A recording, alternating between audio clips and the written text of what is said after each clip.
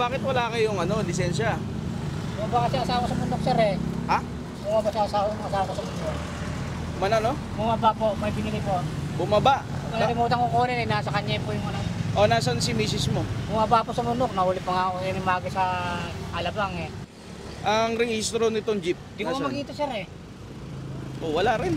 Meron to, sir. Hindi ko lang makita kung nasaan nakalagay. Ito, kuya, paalalahanan ko kayo. Po.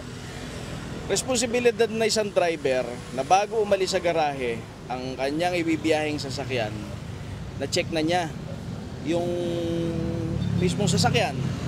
Pag chinek nyo yun, kasama na yung dokumento. So ngayon, bakit hindi nyo na-check? Bakit hindi mo napansin? May tanong po sa regular po, sir. Siya na po. Ha? Hindi na itanong ko saan nakalagay. Hindi, kaya ko yan tiningnan mo kanina at hinanap mo na dyan bago ka umalis sa garahe. Di doon pala sa garahe, napansin nyo na yan, nawala dyan. Ang tanong, nakarehistro ba talaga to? May list po, sir. Ha? Meron po. Oo, ang brake light, di ba kulay pula? Wala namang kulay pulang ilaw sa likod. Hindi ko napansin, sir. Hindi mo pa rin napansin. Alin na lang ang napansin mo dito sa jeep? Hindi mo na napansin yung rehistro, hindi mo na napansin yung brake light. Yung putput na gulong, hindi mo rin napansin. Hindi ko po rin alam yan. Hindi mo rin alam. Ito, katabi mo na to. Ito lang po, nakita ko. Ito lang nakita mo. Tayo dyan. The situation with this Jeep became a little bit more complicated because the driver kept telling enforcers that his wife has his license and please just wait, she'll go here. And a lady arrived, allegedly his wife, handed over a driver's license. According to enforcers, the license belongs to someone else. Saan galing yung driver's license na yun? Yun nga po sabi ko sa inyo, Mandurokot ang nagbigay sa akin noon. Mandurokot? Opo. Dapat mo naman kinuha. Hindi ko po alam na kasi inabot na lang sa akin eh.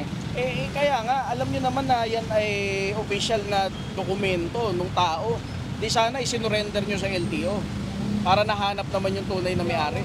Hindi yung gagamitin mo, dahil wala kang lisensya, gagamitin mo yung lisensya ng ibang tao. Siya na, sir. Oo. Alam ko na, sir. Kung sinasabi mo hindi siya magdadrive, Oo. Ngayon, yung kaya ko ipabablatter yan sa pulis. Opo.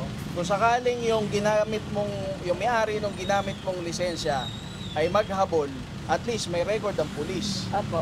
Kung nasaan at sino ang gumamit. Apo. Ha? O kaya nga. Hindi ko po. O kaya Pero nga. sir, hindi ko lang po siya ipakulong kasi hindi mo nga alam ba niya. Sinabi ko ba ipakukulong ko? Ang sabi ko ipabablatter ko dyan. Maraming salamat sir. Hindi, ipabablatter ko dyan. Nervous ako eh. Hindi ko alam kung ano sasabihin ng pulis ha. Hindi naman ako pulis. Sir, Ha? wag mo tayo ano. Pero ang akin, gusto ko malaman at magkaroon ng hustisya yung may-ari ng lisensyang ginagamit mo. Dahil hindi niya alam, kanina pinahuli mo siya, pinatikitan mo sa Alabang. 'Di ba? May ticket na binigay sa amin ah. Wala siyang kaalam-alam, nahuli siya sa Alabang. Oh. Huwag na huwag kayong gagamit niyan. Alam niyo, ninanakaw niyo yung pagkatao ng ibang tao. Tapos gagawa kayo ng violation sa kalsada. Gamit niyo pangalan ng ibang tao. O ngayon, ang gagawin natin, record natin sa pulis. Kung sakali maghabol yung may-ari, o di meron siyang pupuntahan kung saan niya makikita yung detalles, saan mo ginamit at sino ang gumamit. O di ikaw yun. O ngayon, yun yung sa kanya. Iba naman yung violation dun sa jeep, sa ginagawa mo kaninang pagmamaneho na wala kang lisensya.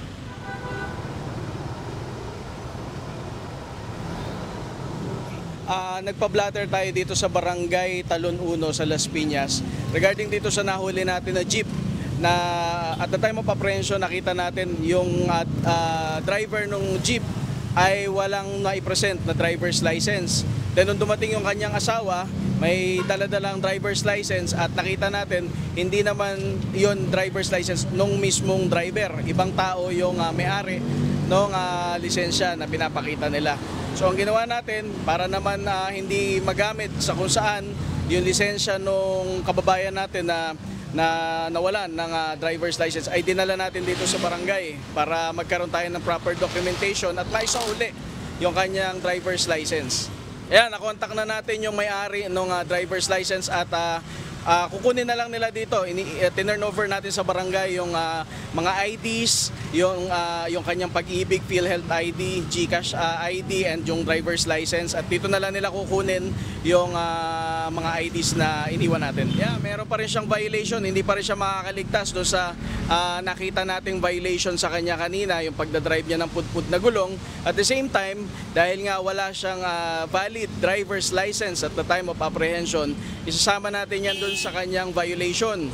Napacheck naman na natin sa LTO yung details ng previous driver's license niya at nakita nga natin na meron na siyang record pero 2008 pa yung last record ng kanyang renewal.